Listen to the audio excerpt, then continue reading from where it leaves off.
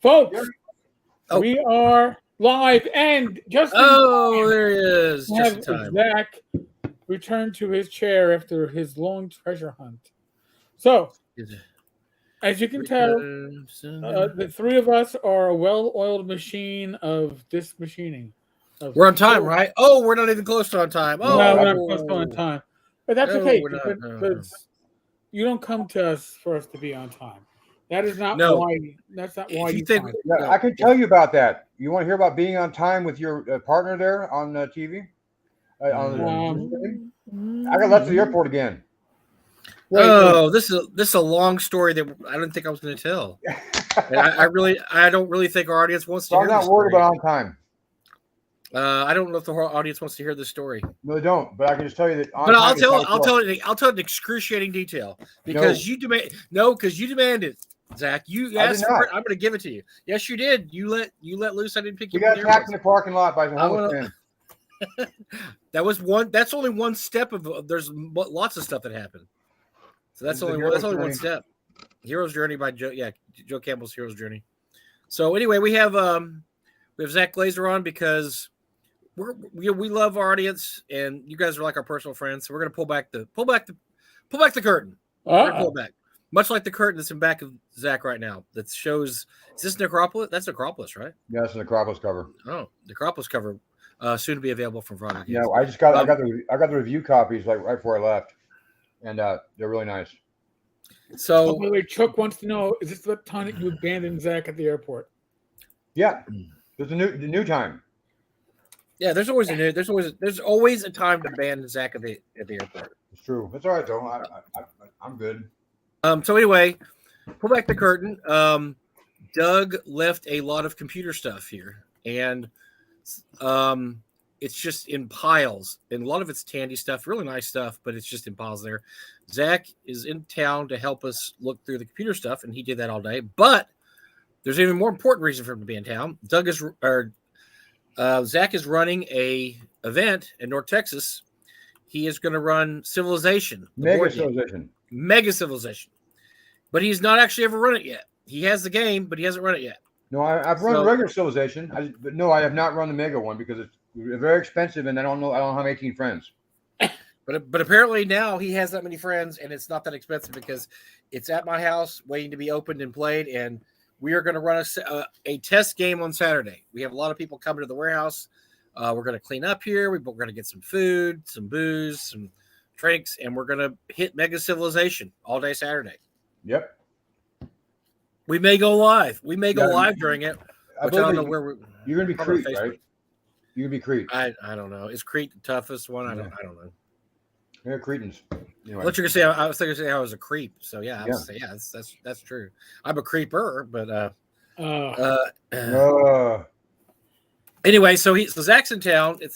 I'm happy to see him because we haven't seen each other this year, have we? In person? Did we see each other this year? I mean, it seems like I see you all the time, but we haven't seen each other's Game Hole Con. Oh no, wait, Game Hole. That's the last time I saw you, right? Game Hole Con. We saw each other last summer at Doug's Memorial. I see you. I feel like I see you so often because I've been here some 20-some times, and you've never been to Arizona yet. That's true. I've never been to Arizona to visit Zach, but it's. In my defense, I want to come in the summer, and apparently people die in the summer. I mean, they actually die trying to cross the desert in their car in the summer. So you have to walk without rhythm too. I've been dissuaded from doing that, and so I'm left trying to see Zach in the spring or fall. Well, my spring or fall, I'm busy. I'm a busy man. I don't have time for this. So so I'll try to get out there one of these days. Yeah, it sounds like fun out there. Because as any of you follow Zach on Facebook know, he posts pictures of all the great restaurants in his area, him eating the expensive food. So I just see when I think about where he lives in Arizona, I posted a corn bar. I figure all these places. I figure all these wonderful restaurants. Just like you walk in the street of where he lives, and there's this row, like hundreds of restaurants, like up one side. It's like Vegas. So am I right? Is that what the town you live in? No, it's better than Vegas. Vegas has terrible restaurants. Ooh. So anyway, so Zach's here. Zach is the are you COO or CFO of Frog Games? COO. I can't remember. COO of Frog Games. The coup. I'm part of the reason that Zach has risen so far in the gaming community. I take I do owe you. I take credit for a few people. I take credit for Matt Finch, for you, for a few other people. And so If it weren't for me, Zach would. I don't know what he'd be doing now. He'd probably be, I don't know, ditch digging or something. Probably. I mean, I guess he has a degree. He might be doing something important. I was He's probably teaching high school, so he was teaching. Oh, you wouldn't still be doing that because you'd be dead. You'd have killed yourself. yeah. No, So anyway, Zach has been doing a lot of work with Frogger Games. We have had a lot of stuff going on in Frogger Games the last few years, and we have a lot of really, really good publications coming out. And Zach is going to tell us about some of them because we are really the one thing I'm excited about is so Zach got into this North Texas number 4. He came into town. That's the first time I forgot Zach at the airport, by the way. Yep. He flew in, and I was loading up for the con and forgot about him. And he called like hours later, going, "Hey man, where are you?" And I'm like, "Oh, I forgot about you. Who are you? Who are you again?" "Oh, Zach Glazar." And so, because we'd only know each other online, so he came into town, had a great time, made some contacts, but he's quickly decided to create his own role-playing setting campaign, which turned into Whisper and Venom. For those who have it, it was incredible because it came in this box. It was stuffed so full of crap. When you opened it up, you couldn't get the lid back on. There was so much crap in there, and it had been packed so carefully. You could not get the lid back on. There were minis. There was minis. There was cards. There was, I mean, just everything you can imagine. Was there dice? There was dice. Cards, right? dice bags, posters, maps, books, tattoos. And so, being the silly fool, the silly naive fool he was, he entered it into the Ennies. It was accepted. It's actually any. I've lost every award I've ever tried to win in RPG design. I've lost them all. I've lost the Ennies 4 times and lost the Three Castles twice. Yep. Izo beat me, and I got beat by Fossa, and I got beat by I can't remember anymore. Brian LeBlanc, Original LeBlanc, but Spotify Fires, which is really great product. And right. Much better than what you did. So no, yeah, no, it was great. Anyway, then, so that was Zach's beginning in the industry. A couple years later, he came out Death and Taxes, which is sort of a sequel. And what do we have here? Oh, by the way, these were on the shelf of Doug's shelf stuff. Doug loves Zach. Shrink wrap because it wouldn't stay together without shrink wrap. By the way, I was going through Doug's stuff the other day. You know, he still has that manuscript you shipped him. Do you remember that? Yeah, he does. Does he? He does. It's still in a box on the shelf back there. That was the proof book. Proof. So anyway, Zach made a name for himself in the industry. And then he got hired, moment of weakness, got hired by Frog Eye Games, working there ever since. And Frog Eye's been doing great. We have been, oh my gosh, we have so many projects going on, so much stuff that's happened the last few years. We're going to talk about some of the stuff that Frog Eye has coming out recently. We're going to talk about gaming stuff in general. If you want to, I will tell you any number of private, hilarious stories about Zach, and he'll probably tell some about me because we like to bust each other's balls. The difference is mine will be true. And so we're going to talk. So we're just going to hang out tonight. It's going to be fun. We're going to have 2 hours of fun. Lou says, what was the deal with the business card minis prior to the publication? That's a great story. Tell that story about the Topus mini. Business card mini. Okay, well, the reason I did, what happened was I knew I wanted to make a module, and I was going to make a 16-page module with 1 mini and call it a day. I was like, you know what? I'll accomplish my life goals. I'll be finished, and I'll go back to doing other things. Well, I made the miniature, and it was a pretty good miniature. It was based on a Jeff D. Illustration. And, once I invested in the molds and the masters and the production molds, everything else was free. I mean, it was 19 cents or something like that. It was some crazy amount. So I could produce a lot of those way cheaper. I could produce business cards, to be honest with you, or stickers or any kind of a thing to bring attention. And what I would want to do was make it memorable. So if I did a Kickstarter, I would get at least enough people to pay for the cost of putting a box, because my goal was eventually to get in a box. And boxes, short print runs aren't very cheap. And when you're one person, putting them together is also very long. But in order to get enough people to even do that, I had to actually pass those out. So I passed those out to everybody. I did a business card with a mini attached to it, then a business card, a mini, and a temporary tattoo. Business card, mini, temporary tattoo, dice. I mean, I had a lot of things I did. But I still get remembered for that, which I think is pretty funny because it's been so many things between now and then. It's like 55 books or something. So I still have that mini, by the way. Yeah, Zach had a great ability for self promotion there. no, I got probably you remember your Dungeons Suck? Remember that website, your Dungeons Suck? Yes. Yes. They said the year that I got nominated for the Emmy that there's no old school things in the Emmy Awards except for Whisper and Venom, which is run by two guys you never heard of who apparently the only thing they're any good at is self promotion. That's the exact quote. And they must have liked you. No, they probably did. Yeah. Look, I did a lot of unorthodox things I would never do again. I would never ever run a campaign like I did the first one because times were different then. So yeah. Well, so that was Zach's first. Whisperman was his first thing that he did, and this was what year, Zach? Do you remember? 2009? 2015. 13. So here, 13. Oh, so that's so 9 years ago. So now, for some reason, we waited this long. Frog Eye Games, we're publishing a version of Whisper Venom for 5th edition, which I'm very excited to see. The other one was only for, I think, Labyrinth Lord, which are basically old school, and Pathfinder. Oh, that was a long time ago. Whoa. No, there was no 5e when it came out, and then I did a 5e Death and Taxes 5e with Edwin. Yes, I remember that. Yeah, but so there was no 5e.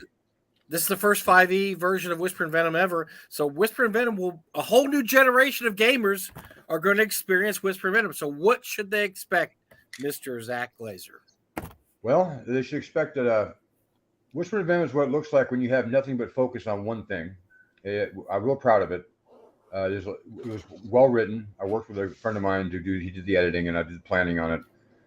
It was just big enough. It had just enough things and everything was just written so that wasn't overwritten, but it was written well, even small little details, right? So I was able to do that. And I would pay real close. Lloyd Metcalf would do most of the art for me. And we were very careful about the back and forth on the art orders because he wanted no money at all, like $10 an art picture. I wouldn't let him. I had to pay him more because I couldn't stand it. Yeah, like that one. Oh, wait, this is a piece of art. This is an actual piece of art from Whisper Venom. No, and then that's how I met Alyssa Faden. I still work with Alyssa. And I met Lloyd, and I met you.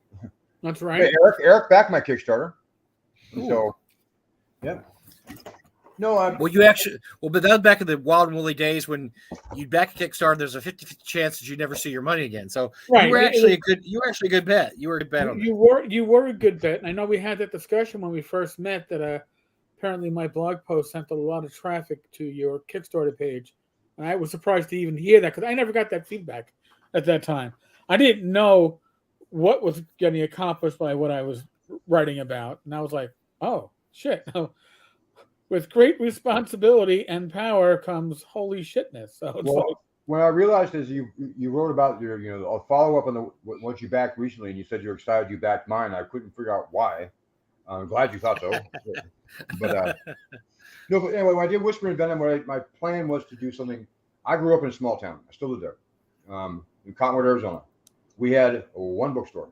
We had one bookstore there, and they had a D&D section that had the same 4 modules, X1, X2, always had those, and they had maybe a D1 to 3, and they maybe would have like I don't know, Reptile God. It's a standard selection. Yeah, right. New.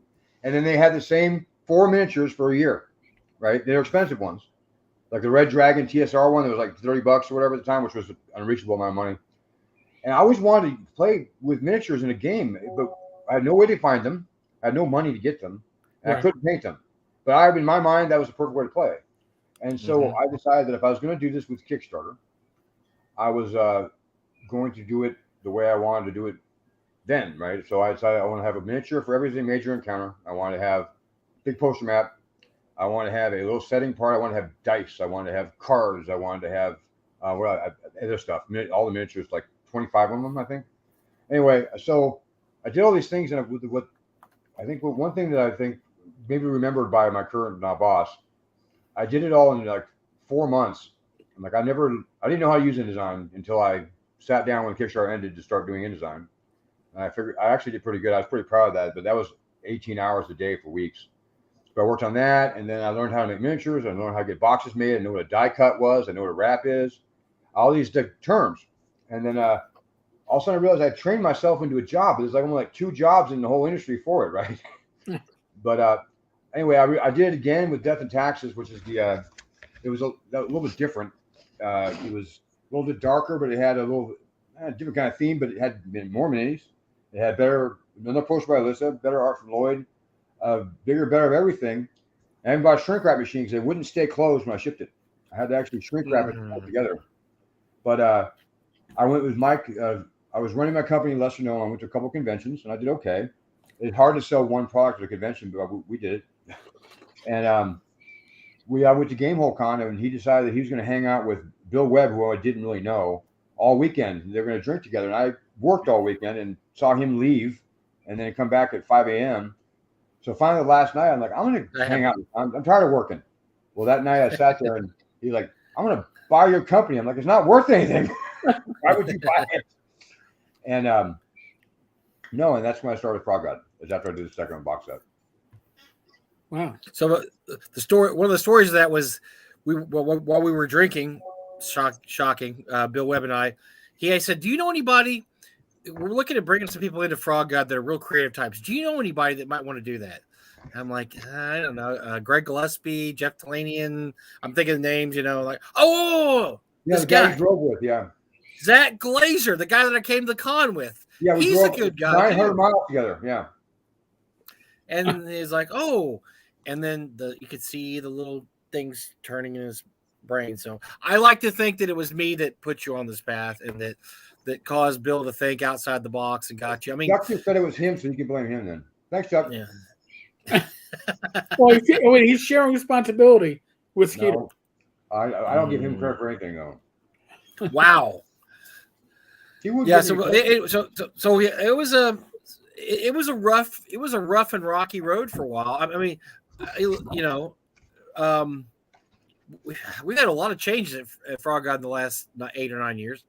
But I just think it's funny that we're finally getting around to Death and Taxes because one of the things when I wish for Venom, I'm sorry, because one of the things they bought when they bought you was they bought your products too. I mean, that was part of the deal was that, hey, we want you to come in there. And by the way, we now own, lesser known games. And so why did it take so long? Why did it take this long to get Whisper and Venom? Well, a few reasons. One, nobody cared about it really but me. And I had enough of it. And I didn't think that doing it quickly was of any value. The other part of it wasn't like a lot of products we made. I know that Bill still is not a big fan of box set stuff, and do those kind of production things are much harder at scale. Being an artisan guy putting together 200 boxes was hard, but eventually I could get it done. Right. Each box had like 97 different components, right? So they had to put them all together, but you could do it. When you're doing it for 1,500 people, you still can't do it by hand, and you got to get. It's much harder than I expected. I figured I'd be able to do it, and I talked to a rep, and the rep would figure it out, and then it helped me get. You have to sit there and actually do the measurements, figure out all the kind of glues and the kind of wraps and the kind of paper and the kind of gloss and just all kinds of things. And that stopped us because no one else was going to do that but me if they were going interested. But mostly just didn't match the stuff they were making. They were doing all right. I mean, I did a Pathfinder version because it was asked for, but I didn't know much about Pathfinder. Right. But when I got hired, I was invited to write for Bard's Gate, a adventure, and then I turned in my pitch and I was told no. Really? So that was the end of my writing at Frog. Man. No, it wasn't their style, and that's exactly that's the point. Is that I had a good pitch. He's standing in front of me by the refrigerator yelling at me. Anyway, no, but so that kind of killed my desire to write much, and then I got busy because we've been busy ever since. I mean, we have produced a lot of books. We've done a lot of different activities and functions, and I was working with Edwin today, and Edwin and I were going through the list of what's already been printed this year, and like end of last year and beginning of this year, it's like a long list in Excel you got to scroll, and we're proud of that. So, but anyway, we wanted to do Whisper Venom. They talked about that. I like it. I'm really proud of it. I think it's clever. I think it's got a dark humor. But it's self-contained. I mean, one of the things that we have a big setting in Lost Lands. This map from Melissa is the smaller of the poster maps. This map is pretty much the whole setting. And It had 3 little towns and some ruins and it's just in a kind of an empty area, like a plague had killed it out. So there's like 3 little towns, one town like completely abandoned the town. So like goblins moved in, they kind of accepted them as their neighbors. They accepted them as we can live with them, right? And so they kind of had like a triangle trade thing going on between food and booze and the dwarf people who made the metal stuff in the town. They would have these big fairs. They'd go and gather for these big fairs, and they would just interact. There was a lot of interactions with the NPCs that were. There were enough of them. They were interesting, but not over the top. None of them were that important for the game, except the gnome who actually doesn't play. The Thopus, the gnome with the figurine and on the back cover. He was like he doesn't have a stat block or anything. He doesn't really do much except kind of narrate, right? He doesn't have a role. He's like Elizabeth Stewart said he was like a slimier, sleazier, more perverted version of Elminster, which that was my quote, by the way. Oh, sorry. I was going to save that because that was my contribution to the genre. Was when asked by somebody what is Whispering, what is Thopus? I said Thopus is like you said, a more perverted version of Elminster. Hard to believe, but yes, a sleazier, more perverted, more evil version of Elminster. And that stuck, and it stuck. It stuck. No, so but it went well. I actually sold out my boxes. The setting is kind of nice because it's basic, but it's able to grow out from it. And it had just the right kind of mix. It was not so unique to any setting that you could put it anywhere. So the plan was to build out from there with little places in the area. We did Death and Taxes, which was like directly south, and Death and Taxes, his theme was more about what happens when you have a government that's gone and all of a sudden they come back. You're used to having no government and no authority. And one day the tax guy's the first guy to show up, right? He'd been around for a while, so he's got he's going to collect, so you show up in the whole valley and squeeze, right? And it's all about, the reactions to that. And the reasons, it had lots of things happening at once. However, that was the impetus to jumpstart it. And I did 2 small adventures with it as well. They were in the same thing. One was called Bird of a Feather. It had a big bird with one big giant plume feather. And that was I liked making it. It was easier to make because it was only like 12,000 words. And then Edwin Nagy did the First Sentinel, which was by the way, First Sentinel is very underrated adventure. I've always enjoyed the First Sentinel. No, I think it's great. I mean, it was really well thought out. Lloyd and Edwin fought for days over art orders, and the best part is now Edwin and Casey fight for days over art orders. Mm-hmm. So I think that if I'm going to decide what the lowest common denominator is, that no, but it was a nice looking book. I printed it exactly like a old TSR trade dress module, first edition. Right. Promise came on to Facebook and told everybody, right after I posted mine, I was so proud of it that he's so tired of seeing other publishers posting the first edition trade press or TSR and how that was not original. Chris Promise, was that? Yeah. And I was like, that hurts. He's on the shit list. Yeah. For the I spent only months doing that. You don't know how hard it is to try to match those fonts to get the sizes right, the distances right. You got to pick an era and the font choices and the distances and the kind of cover art. I mean, I worked hard to make it look just like that, and then it was like, well, that's lazy. Lazy? I'll show you lazy. But no, and I was surprised that it did well. It got nominated for 2 Emmy Awards, which I was totally surprised by. Lost both, which I wasn't surprised by. And then that was, by the way, that was back when I think Pathfinder won every single award those 2 or 3 years. I mean, everything that anything Paizo put up just won. That's why Paizo doesn't even nominate their stuff anymore. Well, it's not good anymore. One reason. Right. The other reason is because they already have 500 enemies on their shelves because they won so many of those years. No, but the thing is that what surprised me is I thought I might win it for the writing or for some of the clever nature, but best production values and best miniatures product. That was the first book I ever laid out, and the only miniatures I ever made in my whole life. So, and by the way, that was the miniatures were by Center Stage Miniatures, who at one point they weren't. I thought they were Center Stage. Those were not. No, Center Stage. He helped me get the. They helped me organize it all. That's right. Yeah, he helped me exactly what the expenses were. Again. Yeah, because I was going to say that was the one good thing he did in his short miniature career. But you're right. You just used him for advice. I mean, he gave you some good advice here and there. So I mean, that's obviously he didn't take his own advice too much because he had some problems. But that's. I mean, it's kind of this cult thing to, and these are, when these come up now on eBay or whatever, they go for, pretty good amount of money, a couple $100 each, because they're hard to find. And this is going to be great because now anybody that's ever wanted to see it can buy it without having to spend $200. They can just jump on board the Kickstarter when we get that going. So I'm really, I tell you what, so I was really excited about this because when Zach was doing this, he approached it the way I've always thought that the people like us should approach game stuff. I could tell that he didn't care how much money he spent. He just wanted to get it right. And he wanted to have the kind of product that he would buy. And that's very rare to find in gaming now, because so many of us are jaded or just trying to, we have a bottom line here. The bottom line is we can't do this.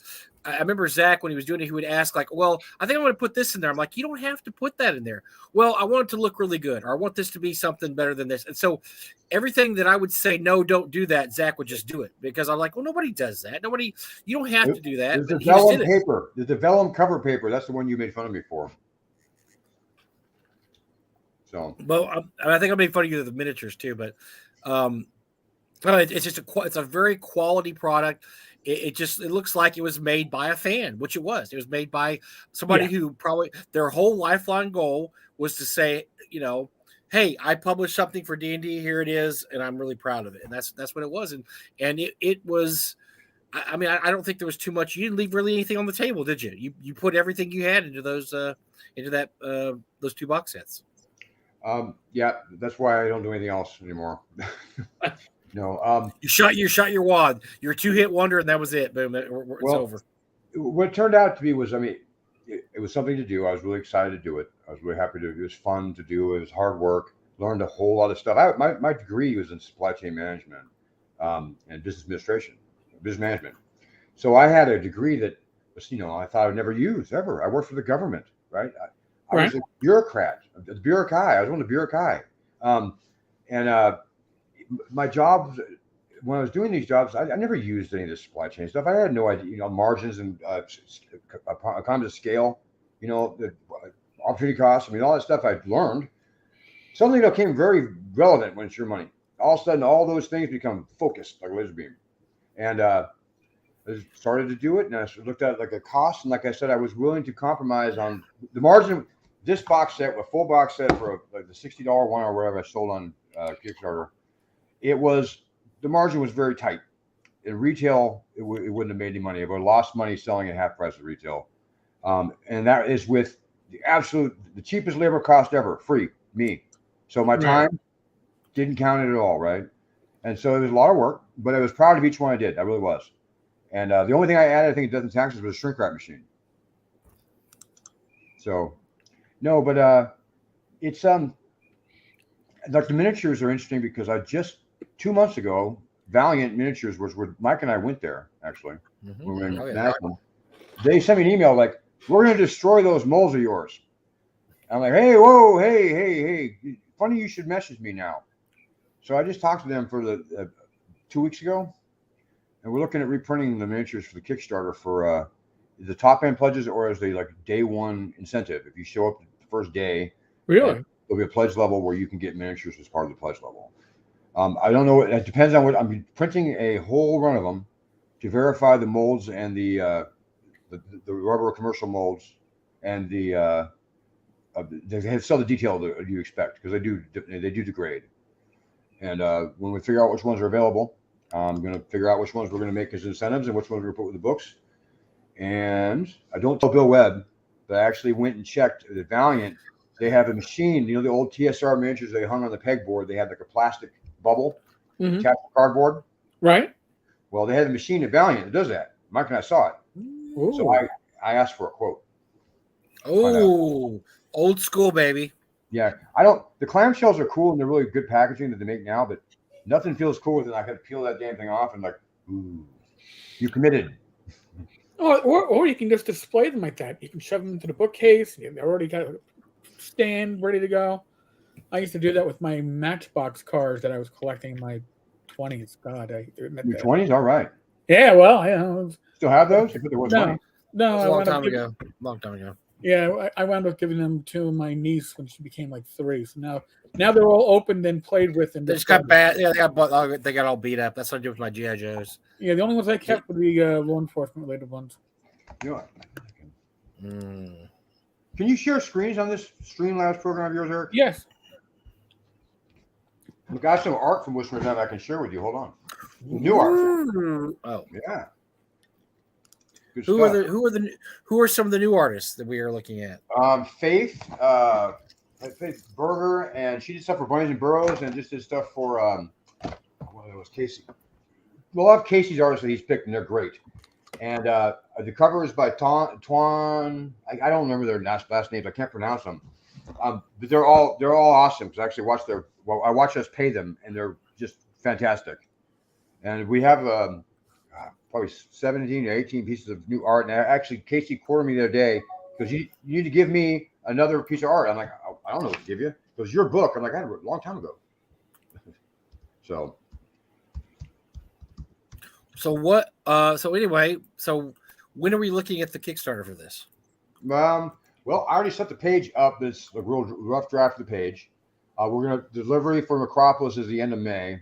So from China to Bill's Doors like May the 20th, and then so the Acropolis will be in, and then we'll ship that out, and then we expect to have one of those items will be done being shipped this month. So once those are done in their backers' hands, then we'll probably consider launching it right around then. What are we looking at Acropolis? Did you say? Oh, end of May. I had the review copies came to my house last week, and I got the screens, the leathers, and the regular print library bounds. They're awesome. They're really nice. I'm really excited to see that adventure because my problem with Acropolis, I think we talked about this before, is that reading it in the original, it's not like the original at all. Gygaxian, I couldn't couldn't make heads or tails of it. And then when it came out for $3, I didn't care. And then so Mark Greenberg did a great job of going through there and making it compatible with old school. And so now, there's a version that I can actually read and understand, I hope. Well, I think that you'll like it. Mark Greenberg worked so hard on that. He did. I know he busted his ass on that. So he was incredible. He worked so hard, but now he's hiding from me, so I can't talk to him. He's been sick, COVID or something. Well, he's not stupid. He got, I think right after he finished that, he took his wife took a trip around the world or something because he wanted to get as far away from music as he possibly get. Overworked, underpaid. Yeah, he's underpaid because I think he was paid nothing. No, he's not underpaid. He's overpaid. Oh, okay. All right. Well, I'll trust you. You should. I trust me. Well,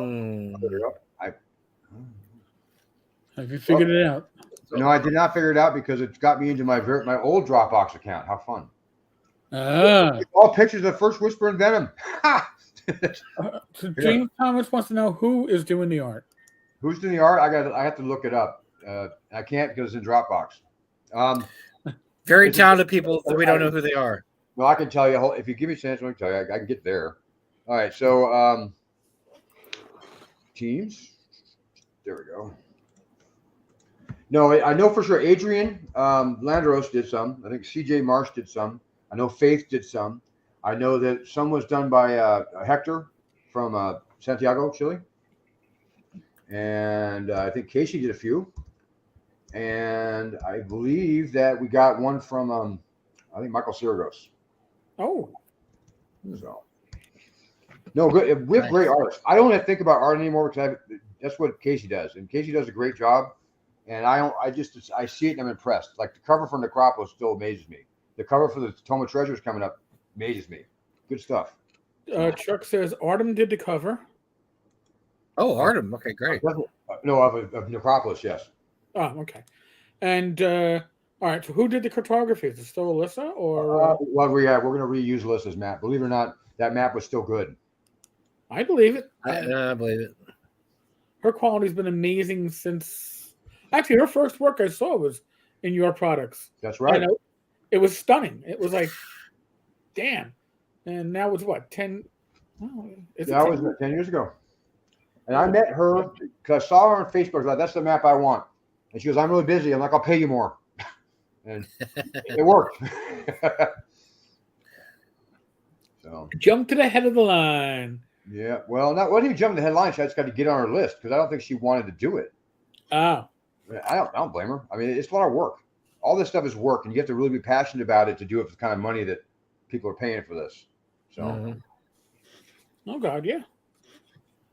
I'm still looking for the art. I don't know if I can find it. Jeff D did the cover though, the first one. There's Jeff D. I didn't know that was Jeff D artwork. Okay, Yeah.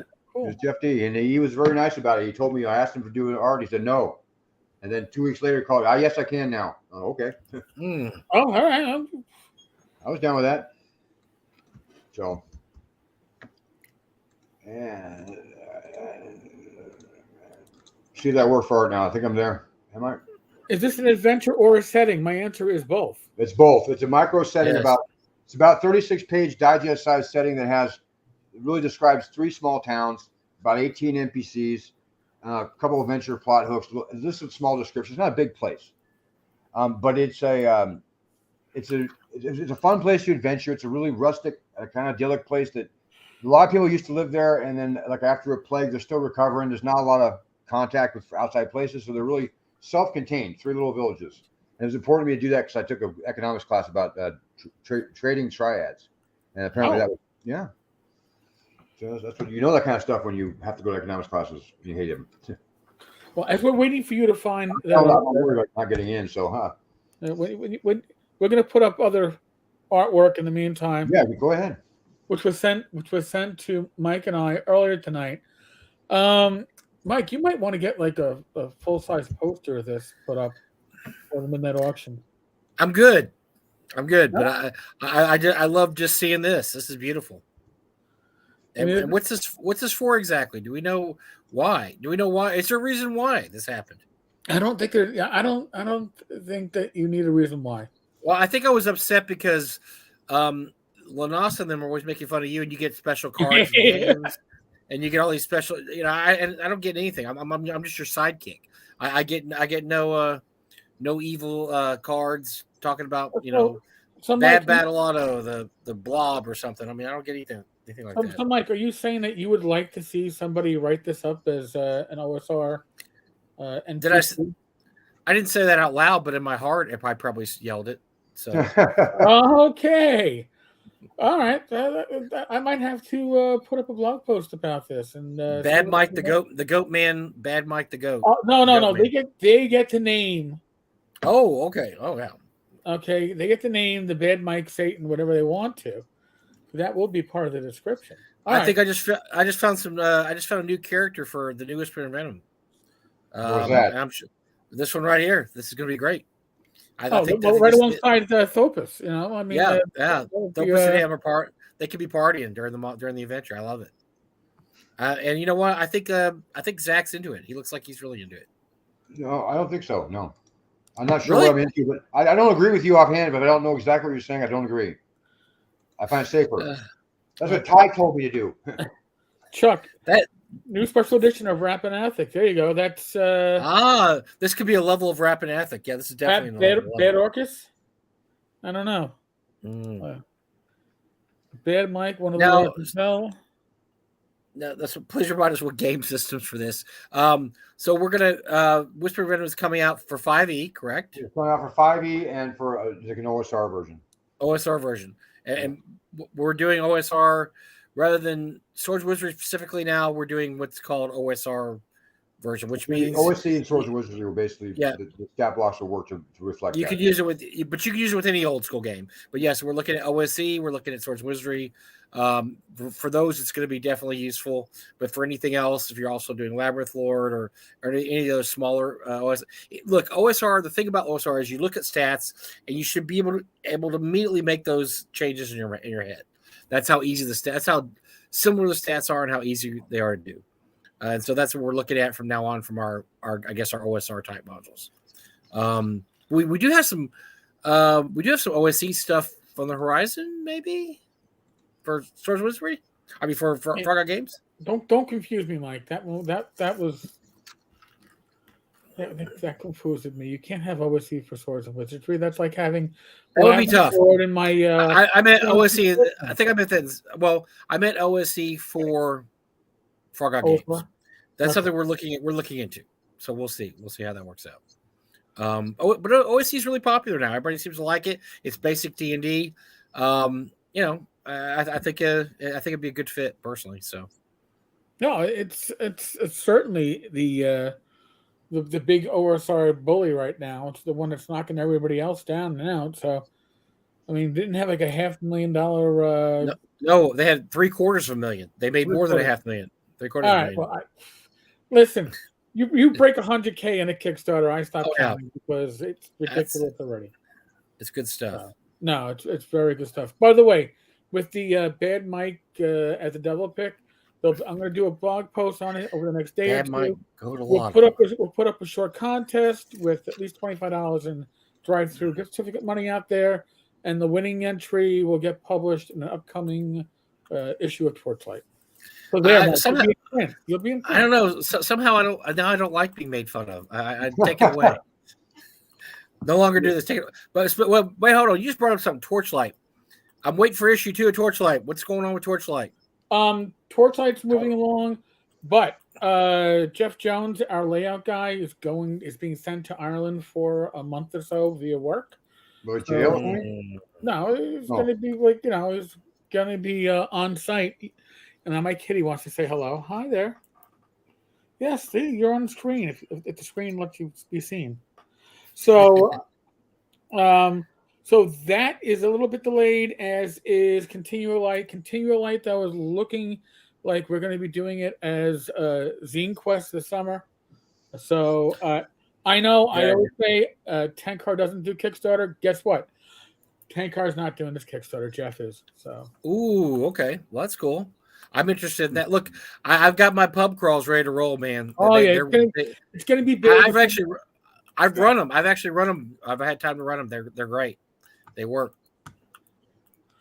So somebody gave me a PM. Hold on a second.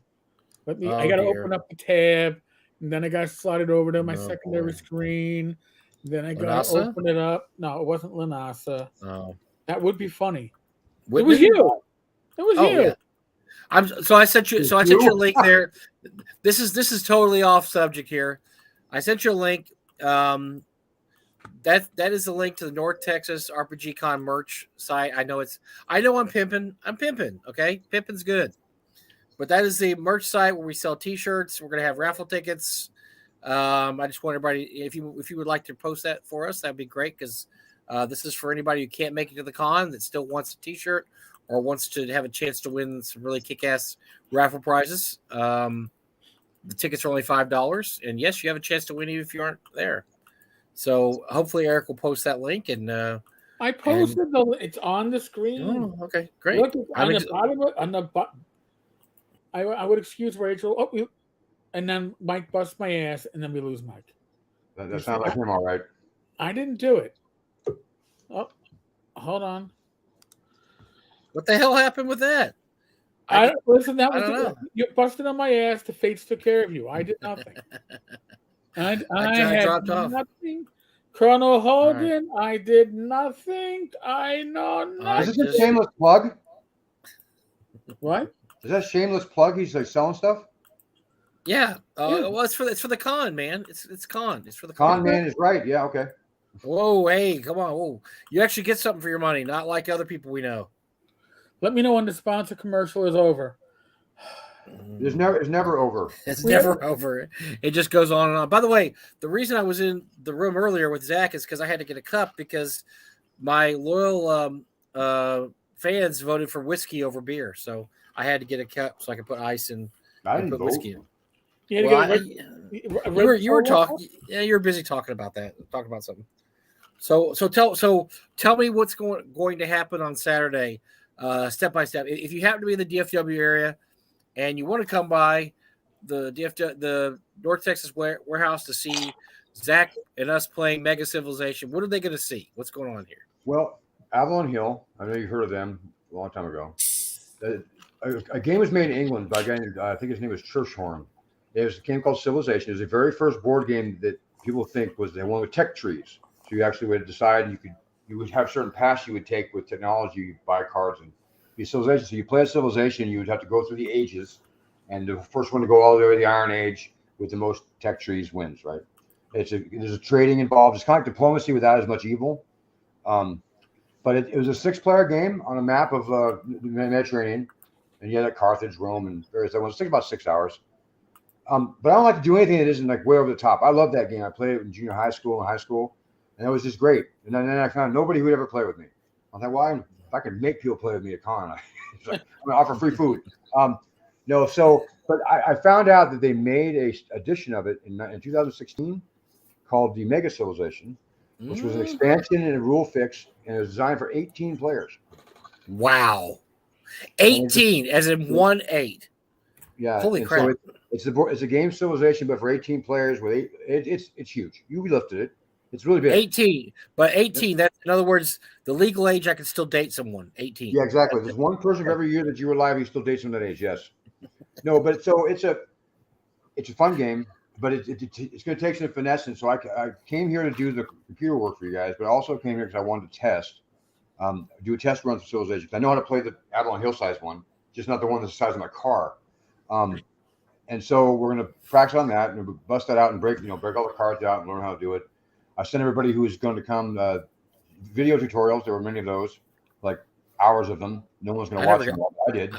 I never got a video tutorial. Anyway. Yeah. Anyway. Oh well, okay. Well, anyway. Yeah. But so it's if you're the DFW area, contact me afterwards, and I can give you directions to the warehouse. If you want to come by, just say hi and have a Diet Coke or a beer and watch Zach be absolutely frustrated as a bunch of idiots like I'm not myself. running. I'm just playing in it. Oh. Well, I know, but myself and Ty Beard and who else we have? John Lyle's going to be there. Robert Badwell. Wear clothes. Oh, yeah, he's wearing clothes. Yeah. Oh, so and it'll be Sean Pointer. Oh yeah. Sean. Yeah, Sean. Yep. It's going to be interesting. So. Yeah.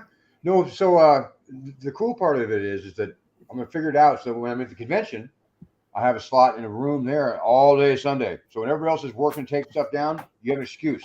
You come to Zach's brunch and luncheon. Game of Civilization, have some good salami and some raclette cheese, and perhaps some tea around 4 o'clock, and play Civilization all day. Yeah. By the way, yes, he is actually catering this. This is going to be a catered game. Now, tell me what DM goes to the wire for that and says, "Yeah, I'm going to cater. I'm going to cater this." Nobody. I want to make people who couldn't go, like Alyssa and Jack, that to fly out on Sunday. I want to make sure they don't get to enjoy it. No, they would have loved it. I'm gonna get a mimosas and have Alyssa's name on the side. So yes, it's gonna be that. That's something to do on Sunday. I think are you full? You're full, right? The game's full. Yeah, but I have a couple extra seats for reasons. So. Ooh, okay. Well, bribes. I have a feeling that someone will drop out because Sunday mornings, all you drunks don't ever make it. Oh God, that's true. Midnight election. Oh yeah. That's true. I learned. So the second year we had the con, we scheduled games Sunday morning, and we quickly learned that is a bad strategy, and we stopped scheduling early morning games Sunday morning because we had at least 2 people that had nobody. They had full games signed up, and absolutely nobody showed up for their game Sunday morning. So that was my first North Texas, and by the way, I hadn't gone to a convention in like 20 years, so here I am going back to a convention and.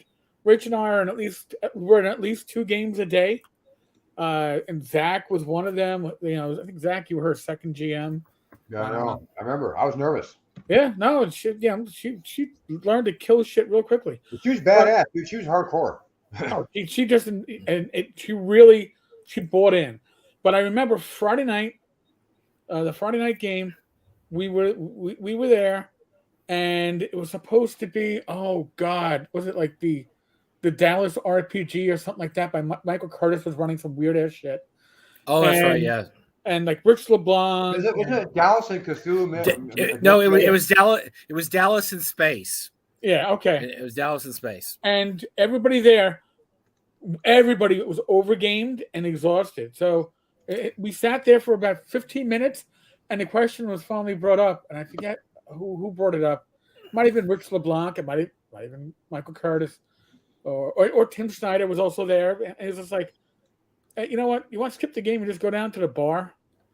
And we're like, yeah, 'cause we were just mentally exhausted. So yeah. So the next morning we had an 8:00 game for Matt Finch, Memphis Tower. We were already in his Friday morning game, and needless to say, we weren't up in time for an 8:00 game. We didn't get up till like 10, because but the last day of the con, you're exhausted. The last thing that you want to do is get up for an 8:00 game. It's appealing when you're signing up for games, but when you're actually showing up for games, it becomes too fucking early. So then Matt saw my only GM no show ever at any game convention was at Garrett Con in 2015, and Frank Menzer didn't show. Really? 8:00 Sunday. Oh, 8:00 in the morning. Yeah. Well, they had a LG Enterprises meeting, but he forgotten about. But I was just sitting there like, all right then, I guess we're not going to play. This is how conventions are, I guess. People just don't show up. Wow. You know, Matt caught us in the hallway when he was taking a break. He's like, "You're late for the game." And I'm like, "Matt, we're burned, man. We can't do it." He's like, "Oh," it's like I feel bad, but yeah, that's kind of very experienced DM gaming convention knowledge. Is don't schedule anything for Sunday. Matter of fact, Saturday's even kind of shaky sometimes. Get your games in towards the beginning of the con, when everybody's all bright-eyed and bushy-tailed and all excited, and oh my gosh, they're great. And then by Saturday, they're like, oh God, I can't even roll the die. Which one's the 20-sided? I don't remember. Oh my God. Well, which is funny in North Texas, Sunday mornings when all the wives play in their game, and they're always totally happy. They don't look terrible. It's just us. Yeah, but it's a 10:00 game, right? I think they're running from like 10 to 1:30, 10 to 2, and then they're good. 8:00 is just I can't. No. I can't do it, man. I mean, heck, I got a message from like Zach at like 9:30 Eastern, which means you were up at like 6:00 this morning. I was just like, I'm the reason why I'm even half awake because Rach has yoga at 10. Well, he's on the Arizona time, which, by the way, isn't even West Coast time, because Arizona is one of those backward states that does not have daylight savings time. We're gonna have next year. There'll be no daylight savings time. So, oh dear. We're not going to be flipping the clocks starting 2023. We'll all be like Arizona. Wow, that's crazy. Yeah, Arizona set the stage. They did. They taught us all a lesson. They did. Well, yeah, you know what? There's stuff we could teach you too, but you guys just won't listen anymore. I think we taught you enough. All right. So Chuck corrected us. The only state that doesn't change. It's true. No, part of New Mexico, the Navajo reservation in New Mexico doesn't change either. Oh, all right. The Native Americans know what they're doing, man. They're smart. But they're a sovereign country, or sovereign nation. No, and they're serious about that too, and I respect it totally because they sell mutton on the reservation and they sell it to me, so I'm a happy guy. I have nothing but love for them. Can you not get mutton anywhere else? It's hard to find, except on the Navajo reservation. Yes, Charles, I corrected myself. I knew, Charles. If someone's going to correct you, it's going to be him. Good Lord. God, Chuck is beating us down tonight. Jeez. You deserve it. Probably. So that's the one game you're running. You're only running that one game, right? Yeah, it's 8 hours long or 10. Okay, no, I just wanted to be sure. That was the only thing in case somebody was excited and wanted to get in one of your games. That's it. That's all you're running. So you know. Although I don't think anybody's really excited about getting your game, but if they were, that's the one game you're running. See, that's where you have food because that's like the just the push. That's pretty smart. You actually give away food. But by the way, I'm going to do some more pimping for North Texas since we need this. Gary just posted a very important missive today. We will have the buffet breakfast this year. It is back. Oh, you're taking away my scam. Oh.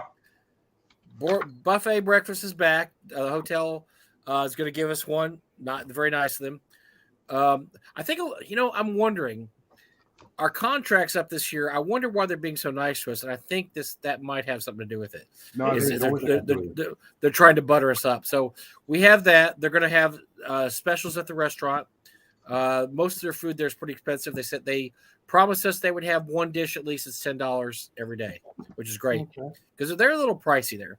And they also said they will extend the convention, the special convention rate, Tuesday through Sunday. In any of those days, if you want to check in Tuesday and stay all the way through Monday, I'm sorry, call Garrett's. I want it on Monday. Monday, yes, it's Monday. Yeah, I already reached out to Gary. He knows. I got to Tuesday through Monday. So that's great because a lot of people they like to get there really early and they like to stay there really late. Oh which yeah, we love. That's awesome. I arrive on Wednesday, so we have that first day to just relax and see everybody else that arrives early, and you don't have that pressure of going to a game or having to cover a table or whatever. You're just there to bullshit. I fight with Jen about that all the time because she always wants to send me on like Wednesday and come home Sunday because you like wanted to be home. I guess I'm more interested in home than I thought I was, but the thing is that getting there on like the day before and then being there because I got to work on Wednesday, but you can relax, you get ease into it, right? You watch your friends get assaulted in the hotel room without having to kill yourself to wait for it, Yeah. Wait, that wasn't a Sunday night though. No, it was the first morning. Oh yeah, you're right. Okay, all right, fair enough. Well, speaking of cons and being assaulted, you have been to quite a few cons this year already, Zach. So we haven't checked with you since you've been to, let's see, Total Con, Gary Con. Gary Con, is that all you've hit? Gary Con and Total Con. Yeah. So tell us about Gary Con this year. Well, and pretend like Luke's not watching. Luke's not watching. Luke can't see you. Luke can't hurt you. Luke can't hurt you. Be honest. Tell us. No, he was dressed like a wizard. He flipped me off. Okay. Well, yeah. That's okay. Yeah. I expect nothing less. Gary Con was, you know what? It was good to be back. I don't love the venue. It was cool the first couple of years to go to the old Playboy Club, the Grand Geneva.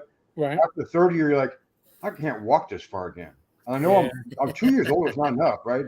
It's a long way up and down. Yeah, you want to go to a really good restaurant one night at Gary Con? Or at North Texas. We can help you out either way. Be in my game. Barbecue. We have barbecue here. That's not a good restaurant. I went with John Peterson and Alex to a place one time that was really nice. So I'm going to take you tomorrow to Vaqueros. We're going to Vaqueros.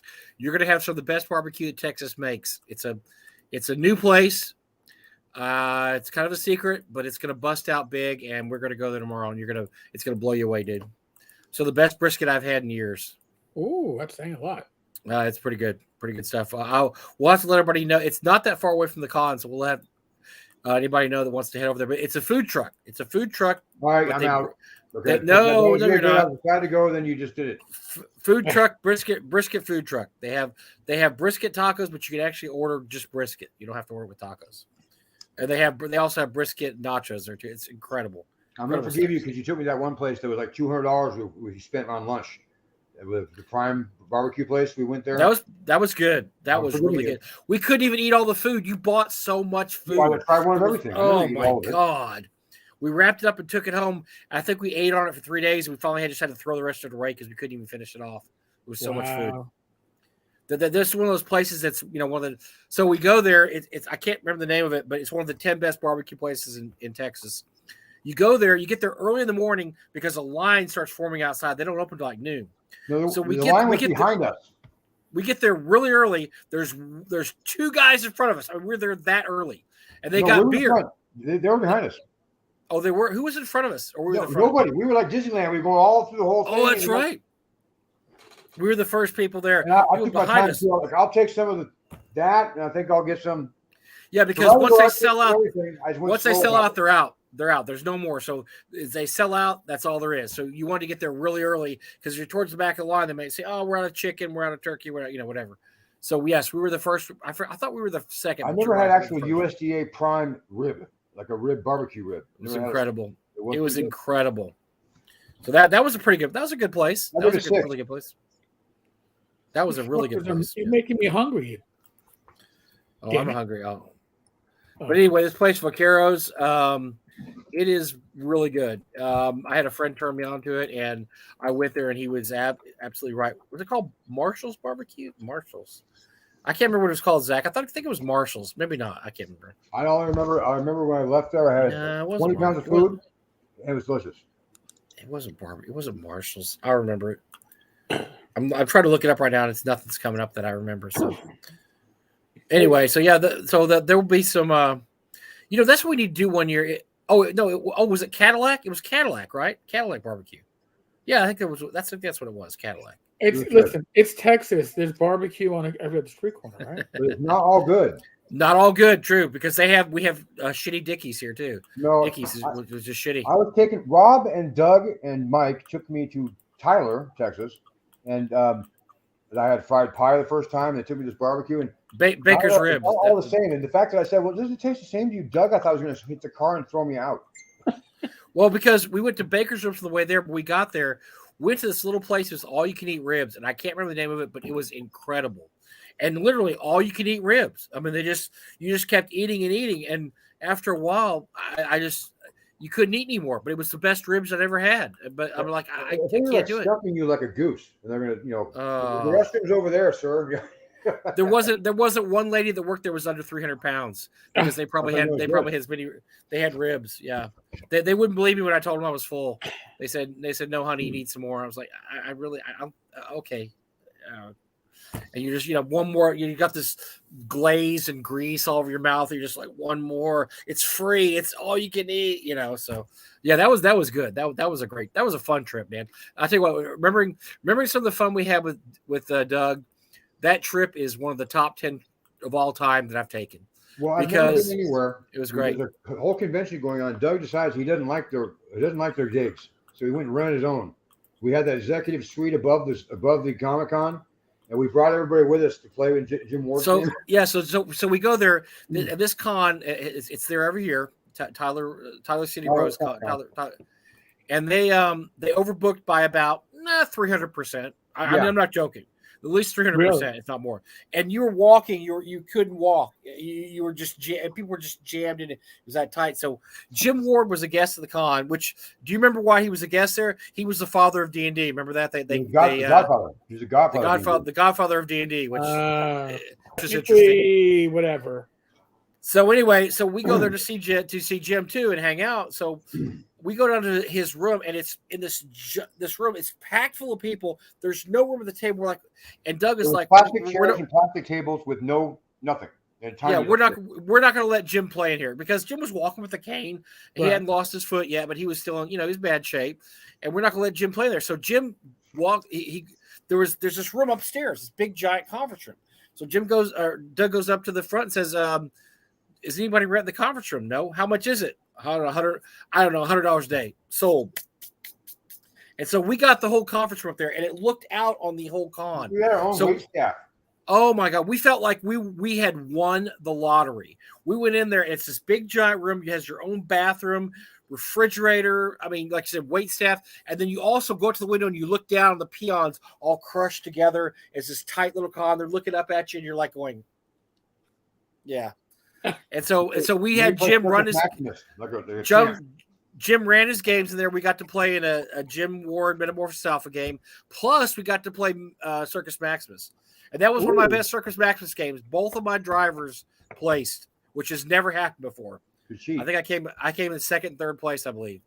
And I think we destroyed all of Doug's chariots. It was like a red letter day. It was awesome. We had such a great time on that trip. That was incredible. That was an incredible trip. That next con after that's the one where I won that's when I retired from Circus Maximus. So I won the actual tournament. But you know what? You have to win all three places because you only got one of the trophies. I don't really, because you broke my trophy, so I just know I can't do it anymore. I think you should. Well, you know what? We have a policy. You can order another trophy, so maybe you should just order another trophy. Policy sounds like it's squeezing me for cash. No, I don't think so. Okay, so you're saying Diesel's great work is not worth cash? Okay, no, it's also worth your cash. Because you just go to Diesel and tell him that you need a trophy, pay him the money, and the man will have it in your hands. But if you're too cheap, I understand. I mean, Frog God's not paying you a lot, so I get that. I get that part. It's the principle. You don't have any, so you wouldn't know, right? Wow. Whoa. This got ugly quick. Very quick. You got honest quick, huh, Mike? Yeah, my heart be still. Hey, I have a question. Mike kindly has a big box of all the old Dragon magazines, right? Right. That one. There it is, that one. Oh, there you go. They have the ad. You ever seen one of those dice rollers, those Dragon Bones? Yes. I've never actually seen one. One of my friends had it. I think Dave. I doubt he still has it, but yeah. Use some magic, it says on the ad. That's sold. And then all it would do is it would just it would flash, and then stop on a. It doesn't matter what it did. I want one. So, I have the Game and Watch games for D&D. They were so bad. But I had those. I thought they were great. No, I never had. I never had. I didn't even have. What was it? Like Dark Tower, the one with the you moved on the board and then you hit the tower in the middle and it went. Yes. It was friends had it. It was great. I have the computer, app or something like that somewhere. I have the new version. So I'm gonna tell you a secret that you probably don't know, but when we had Sandy Peterson was once a special guest at our con. Matter of fact, the first con that Zach went to, Sandy Peterson went to that con, and guess what? Sandy Peterson used a dice roller on his phone. He did not roll dice. I was in the game. He did this and shook his phone and looked at his dice. So Sandy Peterson used a dice roller on his phone. I lost all faith in old school at that point. Old school guys. Well, I mean, and the old school when that Dragon Bones came out, that was like technology at its best. I mean, if you had a computer, maybe you had a Commodore 64 with a 300 baud modem. Didn't Dragon have one? Dragon had an ad, didn't they, for a program for dice rolling in Dragon one time, right? Probably.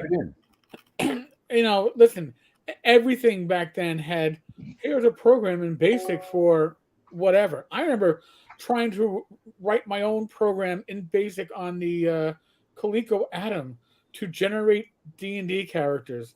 I don't think I ever finished it. I don't think it really worked very well, but I tried. That's where so many people got their start. Lord British, the guy Richard Garrett, who did Ultima, the very first version of Ultima, he called them Dungeons and Dragons game. Really? Yeah, they had like 27 versions of it, so they came out to Ultima 1, Oracle of Death. But and there's a lot of other people, same thing. That's why I learned how to do random numbers on a computer. Commodore PET. Marking is my thumb. There we go. Two thumbs up. But no, I mean, we're going back to the day. I mean, Zach, this is going to go off topic, but we all know you were a collector of old shit. Okay? I mean, we see the pictures. It's like we've seen the pictures. Yes, it's like is that a new old stock in the box Tandy computer that Zach has now? And it usually is, yeah.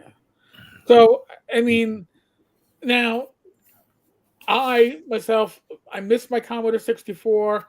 I have on the side somewhere the Commodore 64. I don't know, remake that was on Kickstarter a year or two ago. No, yeah.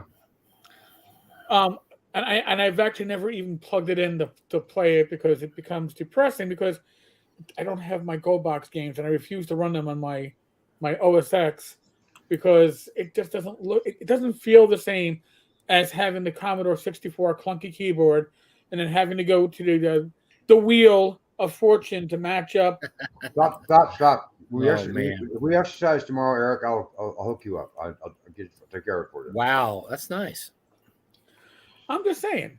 I mean, when we played D&D on the computer back in the day, I think in a lot of ways it was more like D&D as we played it than it is D&D as it is, or fantasy RPGs on a computer now, because it was all right, crappy graphics, but the combat rest all time. Memorize your spells and rest all time. You're going to heal yourself because you're going to get killed in the sewers by rats. Right. Oh my god! My magic user ran out of spells. I got no more cure light wounds on my cleric. A lot of it was still theater of the mind, and yet the adventures felt like the adventures because Steve Winter and Jim Ward wrote them. Well, yeah, true. There you go. That's a large part of it. I mean, that to me was. I mean, they're talking apparently about like rebooting Neverwinter for like the 9th time or some shit like that. It's going to come out again. I mean, it wasn't there Neverwinter on AOL, Neverwinter 1, Neverwinter. Well, Steam just released all the old Forgotten Realms ones from Pool Radiance all the way through like the. I think the last one they did was the Out of Beholder 3 or something. They include the Hillsfar, the Dragonlance ones you can do, and Dark Sun and. Why did you have? You had to say Hillsfar, which was the worst waste of money I think I ever spent on a computer game. You didn't do Dragonflight or Dragonstrike, did you? No. The Dragon Flying Simulator? It's like Flight Simulator but on Dragon. No, I didn't do that one. Oh It's god, terrible. I just remember Hills Far as like I can kind of play this game to give experience points to my PCs, but why? Because it sucks. Yep. Dude, I have a Raspberry Pi with like 50,000 old games on it. I can tell you right now, almost every one that you remember sucks. But it feels good to play them again. Okay, fair enough. I mean, I admit, I still love Load Runner, and I still love like Questron by SSI. I okay. still love the old war games on the Apple II. Oh my god. Yeah. Well, Road War Europa still kicks ass. That's really a lot of fun still too. I enjoyed playing the original Car Wars on the Commodore 64. Well, I think it was originally on the TI-99. Oh jeez. Bard's Tale was the best game I ever played on my 64. Charles, you might be right. Myth and Magic. Might and Magic. Might and Magic wasn't bad. Yeah, right. Myth and Magic was the 2E clone that was probably sent to the that you never. Yeah, the guy never. You know, someday we need to find out whatever happened to those books. They have to be somewhere. Oh, his wife probably made him dispose of them, and there's no way. Either that or it's the new kitchen table, it's his dining room table, it's the living room table, it's the night tables, because those boxes are either being used to replace furniture or they have to be gone. And there's no way he was going to be able to pay shipping on that. And same thing with like Far West. I mean, oh, I knew that was coming. No, you didn't. Did you? I do. I saw it yesterday. Yeah. Well, no, but only because here we are, almost 10 and a half years late on this project, and we're still not getting any updates. Give him time. God, quit rushing. You know what? Rushing him. Derek, I want to tell you something. I don't think you're going to get it. I don't think so either. I hate to break this to you, but I think give it up, Eric. Let it go. The PDF is a possibility. Sure, I don't think he's ever shipping out print copies. What could match the hype at this point? There's nothing he could put out that would even matter. It doesn't matter. I mean, what could he do now that would make it worth the 10-year wait? There's nothing. Well, we could deliver to Eric by hand. Oh, wow. Michelle Yeoh shows up to their house personally to teach you how to play the game. I mean, I don't know. Hold on. You know, Gareth threatened to kick me in the throat, or was it punch me in the throat? Punch you. He was going to punch you. Yeah, there's no way he could get a kick up that high. No. Oh my God, no. He was going to punch you. He's going to punch you. Have you actually met him? No. No, not right. So I have no idea who you're talking about except by his name on Twitter. Oh, it's yeah. the Hut. He's been to. I think he went to a con near us once or twice, but he's Chupacabra Con. Yeah, I think he went there. Yeah, yes, he was there. That's where I became a topic of the podcast at one point. But yes, it's always fun to hear yourself mentioned without being named, and then throw away as it. No, it's not actually. It's terrible. To be honest with you. Allow me to tell you that I've seen that and it sucks. No, because except Eric just he thrives on it. He thrives on it. So really? I look. I have to deal. Look, I'm partners with this guy. Let me tell you, his ego is like it's over the top. If he doesn't get mentioned by these guys, he rages. No, that's he not goes true. into rage and he starts throwing things. How dare he? Lanasa hasn't attacked me in over 24 hours. What the hell's going on? Dude, listen, it's ugly. I think the doxing I got will count for a couple of months of attention personally. I don't think that's okay, man. I don't need more. Yeah, you do. I haven't been doxed in 24 hours. I only have two. I only have a game card and a creature named after me and an unnamed product. Yes, lucky you. No, I think you need to let it go and focus on other stuff like how we're going to go to the Olympics in esports. We're not going to go to the Olympics in esports. You ruin my dreams, Eric. Unless they have the senior circuit. That's what I mean. It will be the seniors. Okay, that's a possibility because there's no way we're going to be keeping up with the kids that are able to Twitch and take their. You don't believe yourself enough, Eric. You believe yourself. They'll be high on prescription drugs, and we'll be like, I've got the reflexes of a 54-year-old man with a congestive heart failure. So no, You got to keep their perspectives in perspective.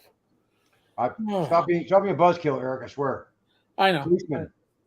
That's what Rachel married, man. Sorry, man. It's appealing to some people, not to everybody. What can I say? Mike put me up. Mike's my once a week work spouse. So wait. Mike is holding up a book, and Mike is not. It's not covering Not up a book. It's not a book. It's a Tandy.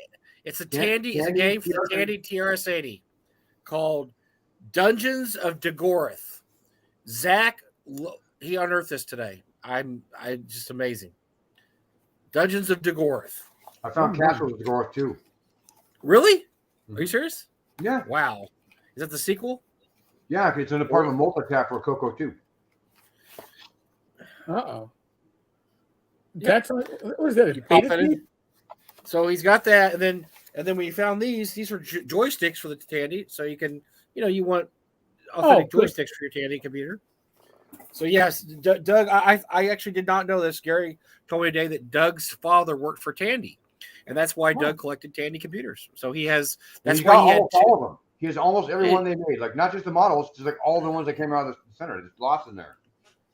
He's got a brand new TRS-80 in the box. Yeah, Model 3. Zach opened it today. I opened it and I saw they had the cardboard sleeve inside the disk drive, 5 1/4 inch disk drive, not the 3.5 big one.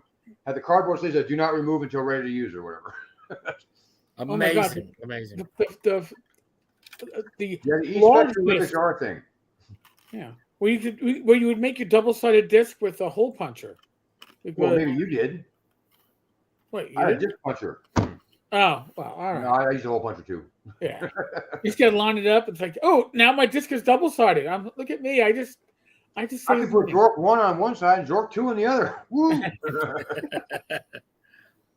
All right, so what else? So before this gets completely off the rails, which it really actually is. Oh, come on. I'm loaded. You guys are. I don't know what you guys. But anyway, I got my drinking to do afterwards. Zach, what do you want to tell us about Frog Out Games coming up in the future this year?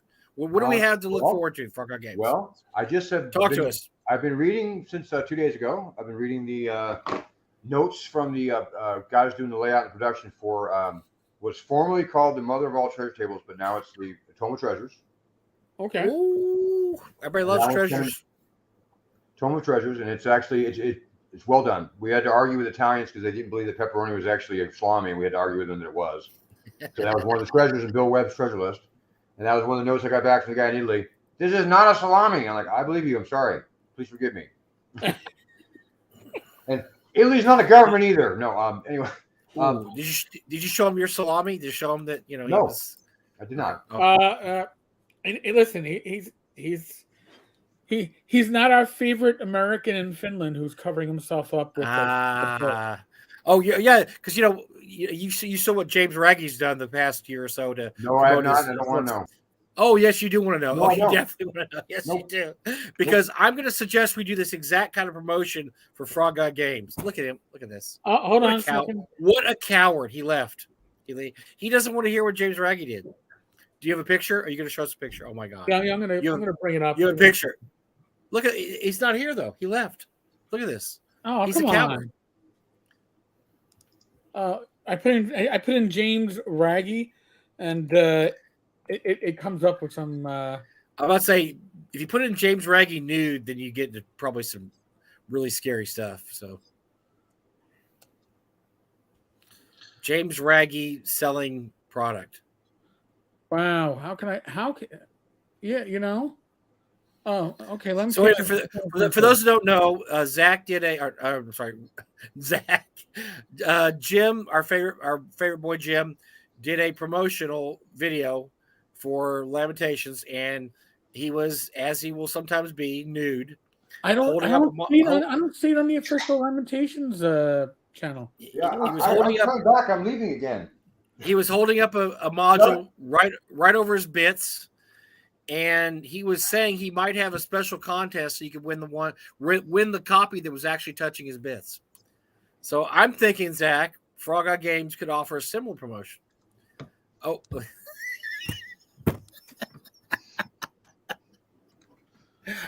I'm sorry. He's back. And he's back.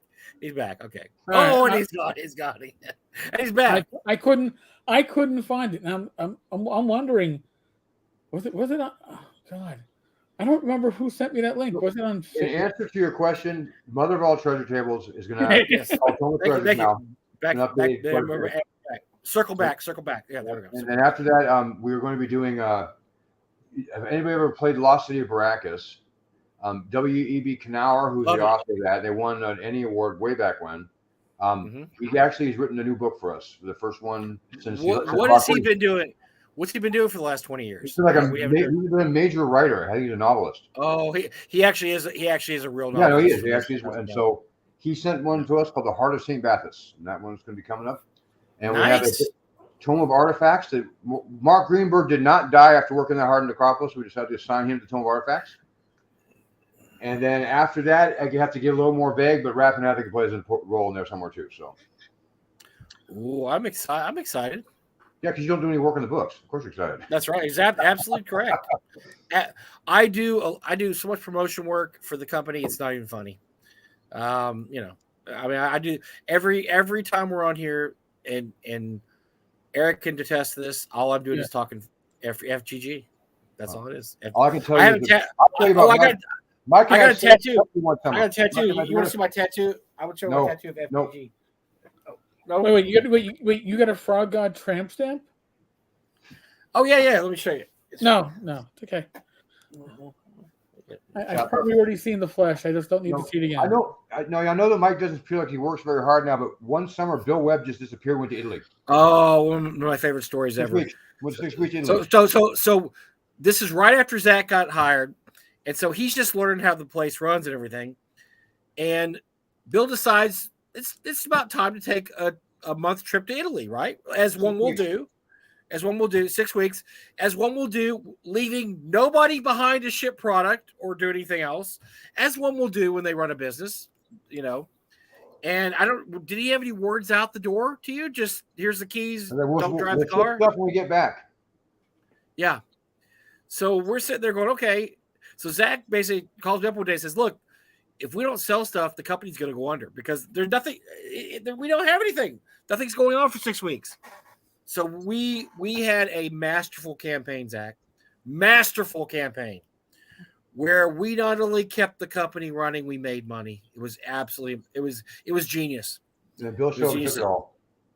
We basically ran this just the weirdest, creepiest, craziest, most bizarro campaign ever about pushing the books. Yeah, and then also we had sales every day. Remember, is that the one we had the people had the tattoos, the Orcus tattoos, and so I would get stock art from Adobe of like happy young people partying, like you see like in magazine ads, and then throw on Necromancer Games tattoos, and we say like party starts tonight at 10. We have new for sale. And then we'd have stuff for like really, really deep discount, discount sales every week, and then we just think of really crazy like. What was our theme? It wasn't going out of business. It was like Bill was gone. Like we're counting down the days. Yeah, Bill's gone. We can do whatever we want. Woo, we're gonna be crazy. The first day we put his books on sale, then the third day we did his books cheaper. But we kept the company alive. I mean, and I guess Bill shipped it all when he got back in town, so that was great. We sold PDFs. Yes, we sold PDFs. Well, you can't get mad at that. We had almost everything the Frog God at the time had at one point was on sale that summer, for deep discounts too. It was deep. We were selling them deep. I mean, we were making them cheap, selling them really deep because we just wanted to get rid of them, and we wanted to make. They don't go away. You say get rid of them, they don't go anywhere. You know that, right? That's true. That's just a PDF. Whoa! You're telling me we don't have a PDF warehouse where there's like piles of PDFs and? I'm telling you. Oh, this whole thing has just changed. Wow. I know. Okay. You know what else? Really? What? If you plug in your computer, it'll actually work again tomorrow. I don't know about that. I'm not sure about that. I keep mine plugged in. I don't want to unplug it. So yeah, I don't care if they call them portable or not. I'm sorry. I don't believe it. Well, if you unplug it, when you have a phone, I don't feel like I'm safe in case anything happens. You're gonna call anybody, but I never figured it doesn't work. So I think if you unplug a computer, you lose all the memory. So I just keep mine plugged in. That's how it works. All right, on those candies in there.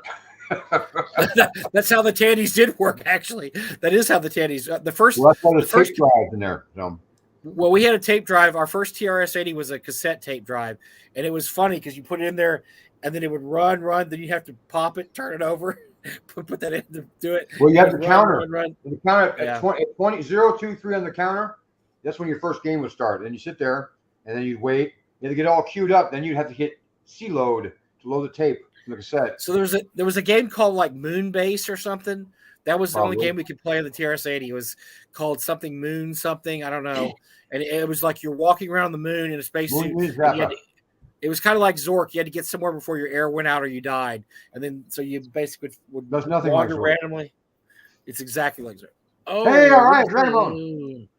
Hey, Dragon. That's a boner. I mean, a boner. I've never seen one in person. That's awesome. I want one pretty bad.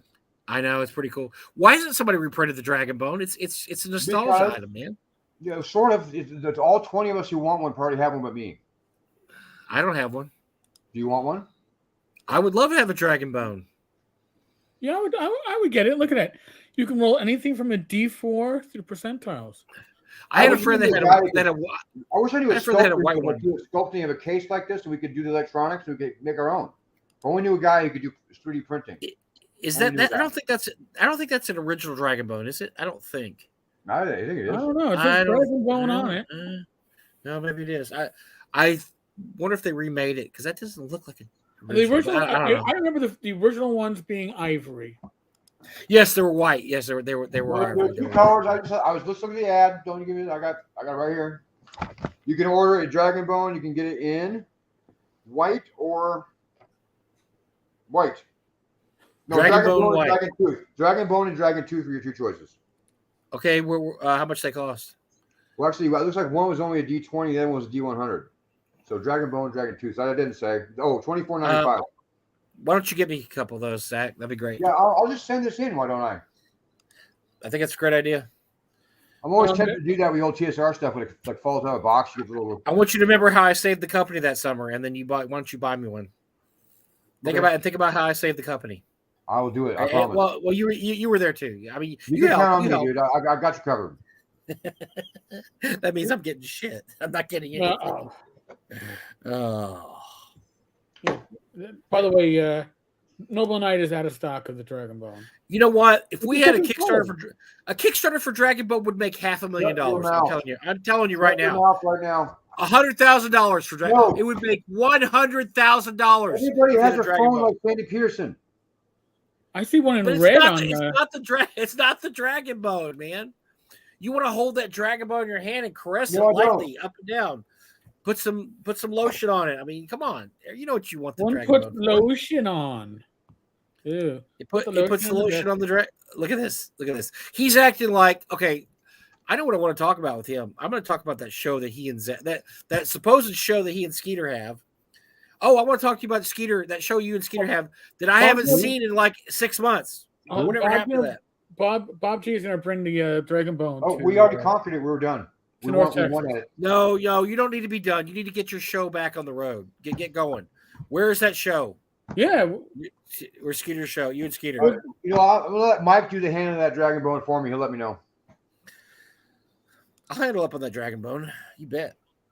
So really, when are we going to see another goddamn attack? Damn it! Yeah, where's GDZ? Goddamn, there's something to say, I guess. Come on now. Where's Skeeter? What have you done with him? Let's put it that way. Skeeter has a job, apparently. Yeah, whatever. He does. Yeah, what the heck? His job is fighting with his coworkers. So what happened? He works from home now. The pandemic has been very good to Skeeter. Oh no wonder he's not. Oh yeah, he's actually productive and not near as angry. Yeah, he isn't very angry a lot. I've noticed that he's been quite calm and cool. Well, we can always we can make him play a session of Giant Lands. We can actually make you use those characters. Oh my God, we're never going to play that again. By the way, there was apparently a live Twitch of a Giant Lands game, and I tried to find it, and it was not in the. So I belong to the Giant Lands Discord server. Right. Apparently they had a live Twitch game. I went to the Twitch, and they said that video was no longer available. And I'm just kicking myself because I wanted to see somebody else run that game. Well, a lot of times they're not available for so many hours, especially if they have like any kind of. I think that must have been it. Yeah. They said in the discussion there was a TPK, which I don't know how that happens in Giantlands. I don't know anything about this except for the fact I know you guys are rooting against it. We were not rooting against it. We were rooting for it. We wanted to. We were rooting for it. It just didn't work out. Chuck, I got my copies of that. Chuck, I got. They came in the mail for the Valley Out of Time and the Valley setting book. They were good. They looked really nice. I mean, they really had a nice look and a feel. They're real clean. And I thought that they just were a good paper. I was really impressed. I can't make fun of Skeeters much now. That's always tough. Yeah, Foogly, we had your art up before, and it's going to be a contest at Tenkar's Tavern sometime this week. Kim George says Jim Ward ran at Gary Con for one session.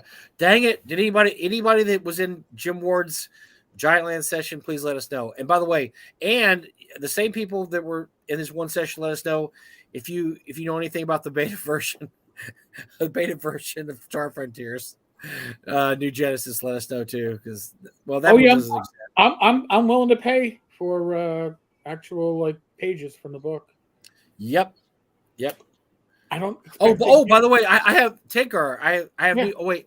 I have news for you. Even though we shared this news, this is another North Texas promo, which has been like 5 already. But you are now sponsoring a room in North Texas this year.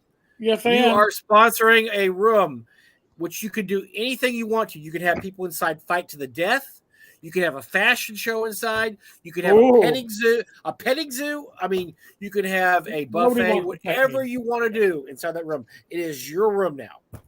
So I want you to get creative here. What's the catch? What's the catch, Eric? Or you could have a petting zoo and a buffet and a fashion show and a, I don't know about that, but what's the catch? I have no idea. But I did say that we would, if we got, I think it was when we had 1,000 subscribers. I was like, 1,000 subscribers. Yep, that was it. So that was it. So, because Gary said today, why am I getting money from Tenkar? I said, how much was it? He told me. I said, that's the money that Tenkar said he would give us if we hit 1,000 subscribers. But he just forgot about it. But he needs to sponsor a room, and we have 2 rooms that aren't sponsored yet. So guess what? Now you're sponsoring one. Right. So it's only one room. So there's still one room left to sponsor, folks. So it's a good cause. It's a good con. We want it to keep on going. So as long as it stays in the black, I will say we had an absolutely amazing. Gary and I have had the most amazing year dealing with people, and I mean amazing good, and the outpouring of support has been absolutely incredible. Doug and I never got this much stuff sponsored as we've got sponsored this year.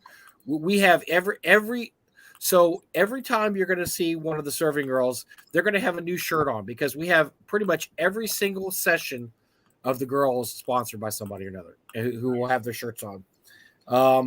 Everybody did really good. We had quite a few rooms sponsored. We're still gonna put up sponsorship of the whiskey tasting. We haven't done that. We're gonna wait for a couple weeks before the con, and we're gonna put that up for that's gonna be up for auction. We're going to auction off sponsorship of the whiskey tasting. So, the people have been great. They've been absolutely incredible helping us out with the con. So, you're all wonderful. I think Frog God sponsored a room too, so that's great. Yep, that's where we're having the Civilization in. The Civilization room. Yeah, there you go. Very nice. Well, I had to sort of put the raclette maker. How many people do you have playing in the Civilization session? I set up for 11, and then I figured that there'll be a couple extra who show up and people who will drop. So that's a lot of people for one game, man. That is a lot. They actually had a lot of cool tools for it though. Like they literally have when you can download and print out. It's like your name tags that print on the regular every name tag printer. That have I'm from Syria and my name is. I'm from Egypt and my name is. So when you trade and everything else, you know who they are. And there's also cheat sheets to mark down to follow your advances and everything. Like you have a screen on a computer. That's very good. That is very cool. Yeah, and there's no dice in the game, which always makes it to me really interesting because I'm so used to dice everywhere. So, so it's less random. Well, there's random events because of random card draws and everything, but there's also it's not. things happen randomly, but always kind of flow in one direction, right? You start with a tribe, and you wind up just growing and growing until I conquer the whole world, and the rest of you losers serve me.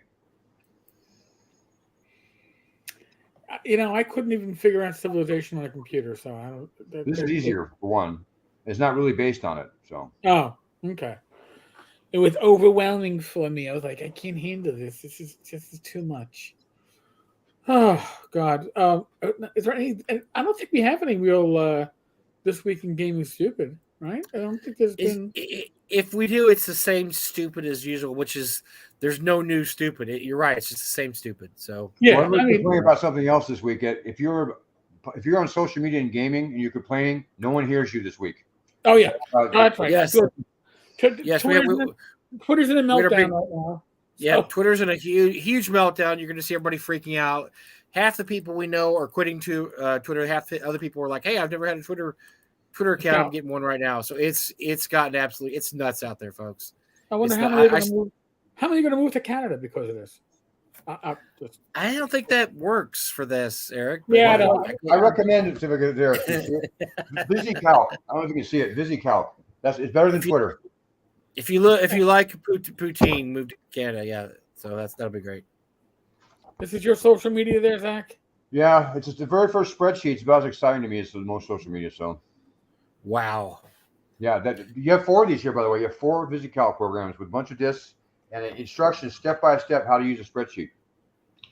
Because it's never been invented before that. Well, it's interesting. It's like the Discord server. I never have to occasionally somebody sneaks in their commercial, spammer, and they got to get booted. But very rarely is there any real moderation that has to happen. Pretty much people are civil and talking games. General Facebook can be a cesspool. Most groups are pretty well. If you're in the group, you generally don't want to be the asshole. So most things kind of, except for the occasionals that get in, are pretty good. But Twitter is, it's like Twitter's exciting right now. So yeah, Twitter's like pissing in the wind. So it's gonna get on somebody, whether it's on you or your neighbor. Somebody's gonna get hit with it. I was amused at everybody that said, and the people that said they're quitting, and so the conversation would go like this: "I'm leaving Twitter. What's the alternative?" And everybody's like, "There's not one." Well, I'm still leaving Twitter though, and I have a prediction they'll be very quietly renewing their account again after about a month or so. I think most people that are saying they're quitting Twitter aren't really quitting Twitter. Like they're not deleting their account. They're just going, I'm not going to look at it because it's not going to make me happy. Look, they'd be stupid to do it. Even if they're angry, if you have lots and lots of followers on Twitter, you're throwing them in the trash, and that seems dumb. Yeah, so is anybody starting a Twitter account? Because I still don't feel the need because I think Twitter is a trash box. It's awful. It's miserable. Yeah, I got. Oh. I have both have one, really? I didn't know. All I ever do is I tweet when it says I'm the 19th of 900 backers on BackerKit for this project. No, see, for me, I put out I'll share out my blog post and my daily video, and that's pretty much. I don't really engage much in Twitter because most engagement in Twitter, no matter what the topic is, usually becomes like a vile pile of putrid shit, and it's like, yeah. Now, will that change? Civility does not follow you, Eric. Who doesn't follow me? Civility. No, Civility is not one of my followers on Twitter, although Mario77 probably is. Because they need to know what I say. Twitter's where it's called a Nazi for being part of. You're a lot closer to communist than a Nazi, Chuck. Oh, that's good. Good stuff. You're about as anti-Nazi as a Nazi could be. So. That doesn't really make any You're sense. You're self-loathing, Chuck. Sorry. Nazi's kind of the go-to bad word of the day, so it's lost all its meaning at this point, sadly. Well, it's a 4-letter word. Nazi. Well, our great grandkids they're gonna grow up and think Nazi means you're a mean guy. All right, dummy. That's lose your show and keep talking about this. Dumb. Oh yeah. So how about them? How about those Dallas Mavericks? Woo! Yeah, Luka Doncic, man, he's awesome. Thank you, John. We'll be demonetized. That's okay. You're not worried about monetized. I'm worried about you guys getting kicked out and you have to go stream somewhere else. Oh. And I'd be like, but we were just using a word. You never learn how to do it. Nah. Hey, John just bought Rapid Athic and City Brass. Nice. 40% off. Who has that kind of sale? Us. Birthday month. Is that print? Yeah. Oh, wow. City of Brass I love City of Brass. It's underrated compared to Rapid Attic, but it's great. It's very good. Yeah, they did it. Good night, Kim. Casey did a great job. Good night, Kim. Stay till you did not leave on Sunday. Stay till Monday. Yes. Stay. That's what Rach and I always stay until Monday. That's my new. That started a few years ago, and I have never been. That's one of the best decisions I ever made in my life. Is to not leave conventions until Monday. So Sunday is just a beast. There's so much stuff going on. It's so rushed. You're so tired. You need that one extra night of sleep. It's great. Oh, Alchemy. Yes. Oh, Courtney's on there. I didn't see Courtney on here. Yes. Tome of Alchemy. Well, by the way, Tome of Alchemy, one of our best sellers. It's doing really good, I think. Or doing pretty good. I don't know. I know that it seems to be very popular. Matt Cyclopean Deeps will be plugged again this fall too. I mean, early next year. Matt says, I feel a need to plug Cyclopean Deeps. Do we have any Cyclopean Deeps news? We don't really. So. We do. We do. Oh, yes, we do. Cyclopean Deeps, which is a very underrated product, by the way. I've always thought that's extremely underrated. If you played the D series, it fits right in with the D series, original first edition D&D. So Courtney, what are you on my quarters? Zach? What magazine are you destroying? This? Oh no, I was going to show you. This is there's your top secret character program you can write in BASIC to make your character top secret. I demand Merle does this for special guest money. He must sit down and type it. Merle, we're gonna make Merle do it. I don't think he can. His eyesight's not that good anymore. I don't think he can see those numbers. Nice try. I always liked those when Dragon Magazine would have that. And then if there was one misprint in the article, your whole program didn't work. Well, the best part was they would put that in the next issue. You're like, because you think how many hours you spend. You're like, I don't get it. The 6-page basic program we gave you last issue for rolling up random characters. Semicolon after the word orc.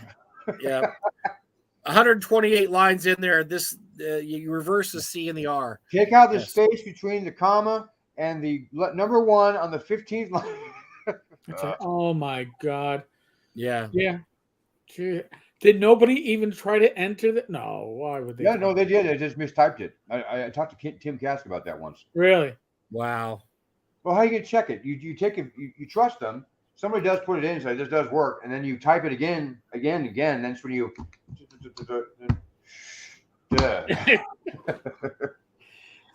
I get a little high with a little help from my friends. I didn't say that. No, just Tally. All right. South Park. That's all. Oh, God, I feel exhausted after this show. Me too. I drank too much, but I'm happy. That's true. I just had some light ginger beer from Q. It's like got nice bite. Well, Eric, don't drink too much like Mike does. I actually want to. I want to beat 40,000 points tomorrow.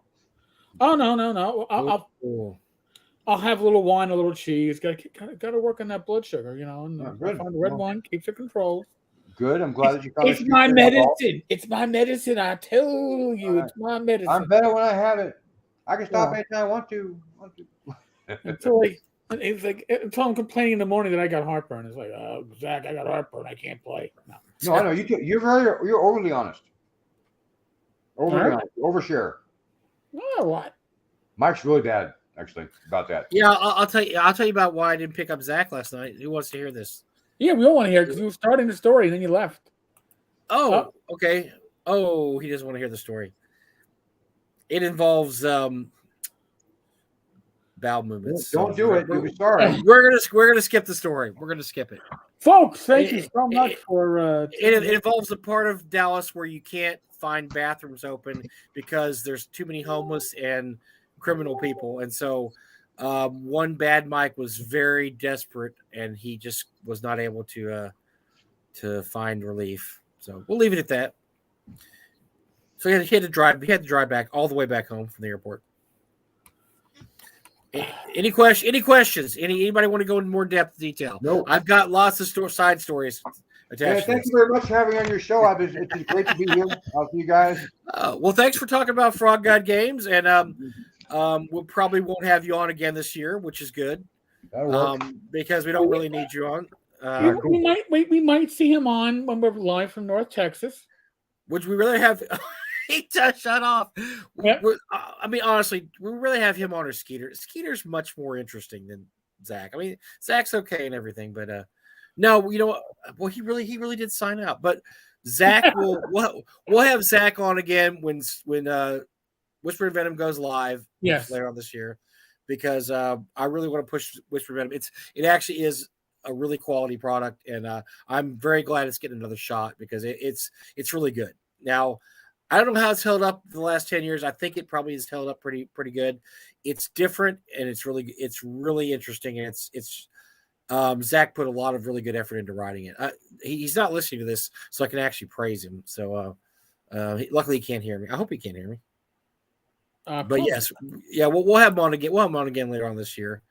And next week we have a special guest, very special guest, Mr. Douglas Coles. It's going to be and we haven't had him for about a year or so. It's been about a year, right? Doug is the person to ask questions about Kickstarters. He's very organized. He's a project manager. Yes,